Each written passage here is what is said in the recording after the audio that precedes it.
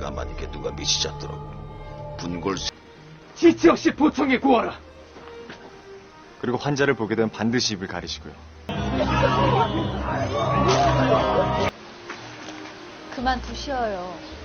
그래서 나 허광은 이 고향 그게 뭔가 네 집 개 이름. Halo kawan tentang film, selamat datang di Tentang Film. Terima kasih sudah memilih video ini. Kali ini saya akan membawakan film drakor yang berjudul Time Sleep Dr. Jin. Film ini meneruskan dari episode 1 sampai 3. Jika belum nonton episode sebelumnya, silahkan nonton dulu. Linknya sudah saya siapkan di kolom komentar. Film ini menceritakan tentang seorang dokter yang datang ke masa Joseon. Sebelumnya saya mengingatkan kalau konten ini mengandung spoiler. Oke, tanpa berlama-lama lagi, langsung saja ke filmnya.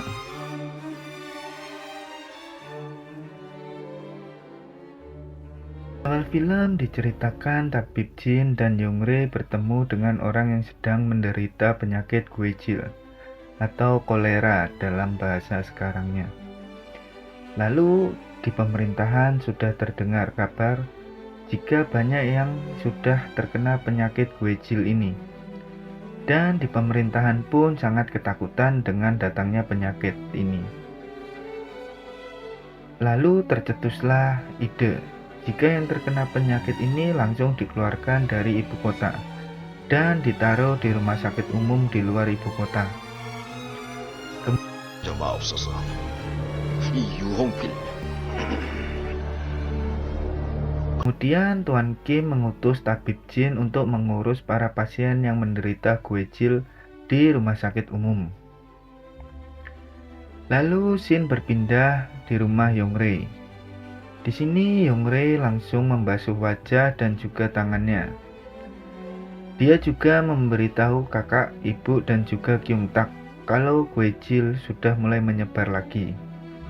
Di sini Kyung Tak menyampaikan kalau Tabib Jin disuruh untuk mengurusi pasien yang menderita Guejil di rumah sakit umum, dan Tabib Jin pun menyanggupinya. Saat pagi tiba, Tabib Jin bersiap untuk pergi ke rumah sakit umum. Namun Tabib Jin diberitahu oleh Yongwi jika masalah Guejil ini adalah penyakit yang mematikan. Youngri pun seakan tidak rela melepas Tabib Jin untuk mengurusi pasien yang terjangkit penyakit Guejil. Tetapi Tabib Jin tetap pergi dan diantar oleh Yongwi. Saat di perjalanan, Yongwi menceritakan jika ayahnya dulu meninggal dunia karena terjangkit penyakit Guejil. Maka dari itu Youngri sangat takut dengan penyakit ini. Saat Tabib Jin sampai di rumah sakit umum, banyak sekali pasien yang terkena wabah ini. Dan tidak ada yang mengurusinya sama sekali. Tabib Jin bertanya pada tabib yang ada di situ. Namun semua tabib melarikan diri dari rumah sakit umum tersebut dan menyuruh Tabib Jin untuk pergi dari rumah sakit umum itu juga. Tabib Jin mencari tabib kepala rumah sakit tersebut yang bernama Tabib Heo. Akhirnya Tabib Jin ketemu. Tabib Heo sedang menggambar dan menempelkan mantra untuk mengusir wabah tersebut. Orang-orang di situ menggunakan mantra yang dibuat oleh Tabib Heo. Saat Tabib Heo dan Tabib Jin sedikit cekcok karena Tabib Jin merasa itu tidak membantu untuk mencegah wabah tersebut. 아버님이시다 이놈아. 허준 선생님이 이런 종이 쪼가리 따위로 괴질을 막을 뾰족할 수가 없어. 괴질이 돌면 나라님도 재단을. 괴질은 막이나 엽기 때문에 생기는 병이 아닙니다. 뭐? 콜레라요. 덩어리는 마음껏 퍼마시게. 그럼 다 낫는다. 에라 이 돌파리 같은 놈아. 썩어지지 못해. 나만 멀쩡했는 줄 아느냐? 다 봤냐? 그래서 Lalu tiba-tiba Tabib Heo pun terkena wabah penyakit tersebut, walaupun sudah menggunakan 3 mantra yang ditempelkan pada tubuhnya. Lalu Shin berpindah ke tempat Kisaeng. Dan di sini Pangeran Leha bertemu dengan tabib kerajaan beserta anak dari Tuan Kim. Saat anak Pangeran Leha datang yang bernama Myung-bok dan baru saja pulang dari sekolah, di sini Pangeran Leha berpura-pura memarahi anaknya supaya tidak usah sekolah lagi dan juga mencobek-cobek buku bacaan yang dibawanya. Lalu Myung-bok pun menangis dan pergi dari tempat itu. Shin berpindah di rumah sakit umum, di mana tabib Beo dibawa oleh tabib Jin untuk meminta bantuan dari tabib lainnya. Tetapi tabib yang lain malah kabur begitu saja. Tabib Jin membawa tabib Beo ke daerah Tomak dan membatasi area tersebut supaya yang tidak terjangkit penyakit tersebut tidak memasuki area itu. Di sini tabib Jin meminta air bersih, garam, dan sirup jagung untuk kesembuhan pasien. Dari bahan-bahan tersebut, tabib Jin membuat cairan infus. Shin berpindah di jalanan kota. Di sini Pangeran Leha mabuk-mabukan kembali karena merasa bersalah kepada Myung-bok. Namun saat itu Pangeran Leha dikejutkan karena istrinya menghampiri dan memberitahu jika anaknya Myung-bok seperti terkena penyakit Gwejil. Lalu Pangeran Leha cepat-cepat membawa Myung-bok ke kediamannya Tuan Kim yang ada tabib istana dan memohon sambil berlutut untuk menyembuhkan anaknya. Namun Tuan Kim malah mengusir Pangeran Leha dan juga Myung-bok. Namun Pangeran Leha tetap bersikukuh sehingga Pangeran Leha malah dipukuli oleh anak buahnya. Saat sudah di luar, Pangeran Leha teringat kata-kata dari Chong Hong jika tabib Jin berada di luar benteng kota untuk menyelamatkan orang-orang yang terkena wabah tersebut. Pangeran Leha pun segera membawa Myung-bok kepada tabib Jin. Namun di perbatasan istana, Yongre akan menemui tabib Jin. Namun ternyata di perbatasan terjadi kericuhan dan Yongre pun akan ditawan oleh orang-orang tersebut. 술 못 먹었어. 그 상태를 기고 망골 보지 말고. Namun saat itu Kyung-tak pun datang untuk menyelamatkan Yongre.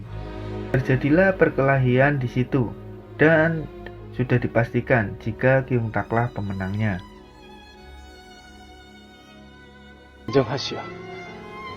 이제 괜찮소.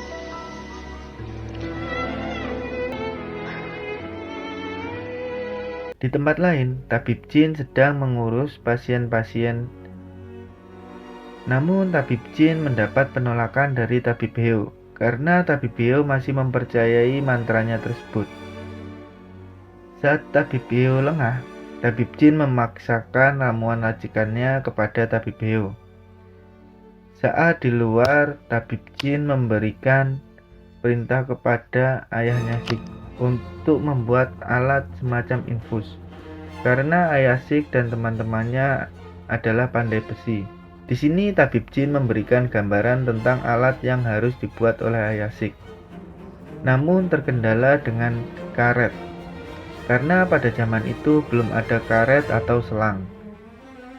Namun tabib Jin mengingat jika dirinya masih mempunyai selang di rumah Yongre. Dan masalah lainnya adalah uang untuk membeli besinya. Saat itu ternyata Pangeran Leha datang membawa Myung-bok yang sudah sekarat karena terjangkit wabah itu. Tabib Jin mencoba untuk menyembuhkan Myung-bok. Saat Pangeran Leha akan memasuki kota, ternyata tidak bisa karena adanya penjagaan ketat dari pihak keamanan istana. Ternyata Pangeran Leha bertemu dengan anak buahnya Jopal yang bisa keluar masuk sesuka hati. Jadi Pangeran Leha ingin tahu caranya. Namun anak buah Jopal tidak mau memberitahu kepada Pangeran Leha. Pada saat itu Pangeran Leha ingin memberitahu kepada pihak keamanan jika ada orang yang bisa keluar masuk seenaknya, sehingga membuat anak buah Jopal itu mengalah dan memberitahu jalan untuk keluar masuk ke dalam kota.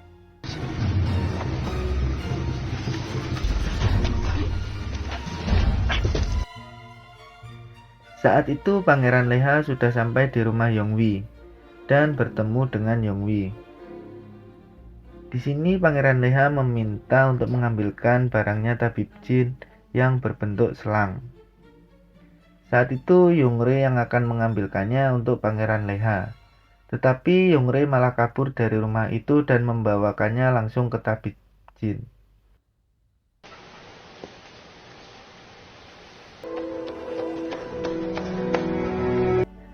Saat Pangeran Leha bertemu dengan Jopal, di sini Pangeran Leha sedang melobi Jopal untuk meminjam uang lagi kepada Jopal dengan menukarkannya dengan lukisan yang Pangeran Leha buat.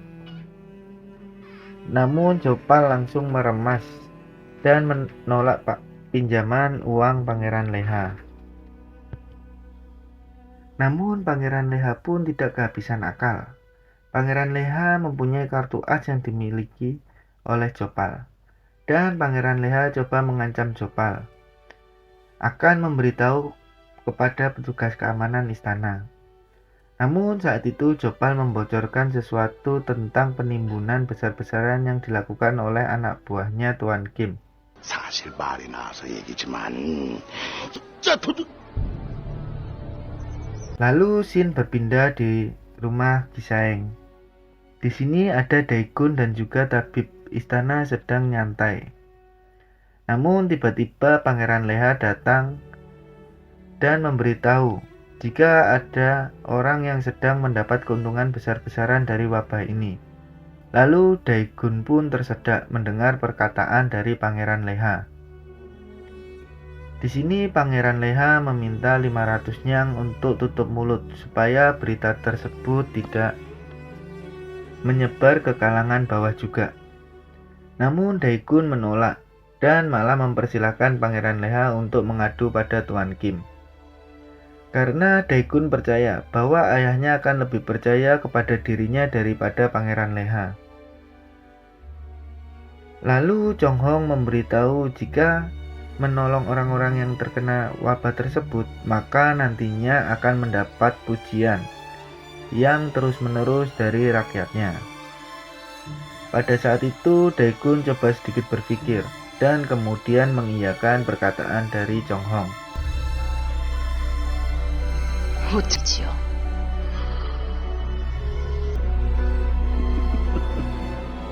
Namun di tempat lain, tabib jin ternyata sudah kehabisan air bersih untuk dikonsumsi. Di situ tabib Beo malah mengeluh terus-terusan yang membuat tabib jin emosi. 이거 봐. Di sini tabib jin merasakan sedikit putus asa. Kemudian Shin berpindah di pasar. Di sini Pangeran Leha sudah membawa uang sebesar 500 nyang dan tiba-tiba dikejar oleh 2 orang. Namun Pangeran Leha diselamatkan oleh Jopal dan anak buahnya. Saat Jopal dan anak buahnya akan mengejar orang yang mengejar Pangeran Leha, Pangeran Leha itu pun kabur dari tempat itu. Shin berpindah lagi ke tempat tabib jin. Di sini tabib jin merasa gagal dan tidak percaya diri dengan apa yang dia lakukan sekarang. Karena banyak orang yang meninggal karena wabah tersebut. Namun Yongre masih menyemangati tabib jin. 슬프다가 그 다음에 모든 게 원망스럽고 자꾸 도망치고 싶을 수밖에. 이렇게 무섭다고 도망치기만 하면 아무리 두렵고 무서워도 싸우지 않고서. Lalu saat Yongre memberi semangat kepada tabib jin, tiba-tiba tabib Beo mengabarkan kalau sudah bisa buang air kecil. Ini menandakan tabib Beo sudah sembuh dari wabah tersebut. Hal ini membuat tabib jin kembali percaya diri untuk menyembuhkan pasien-pasien yang terjangkit wabah tersebut. Saat itu Yongre membantu tabib jin supaya bisa merawat orang-orang yang terkena wabah itu. Pada saat Yongre dan tabib jin keluar dari ruang pasien, ternyata sudah ada Kyungtak. Di sini Kyungtak marah dan mengacungkan pedangnya ke leher tabib jin. Kemudian film pun selesai. Akhir kata saya ucapkan terima kasih. Dan jangan lupa untuk subscribe channel ini supaya tidak ketinggalan serial berikutnya. Sampai jumpa di video-video selanjutnya dan episode-episode selanjutnya. Terima kasih.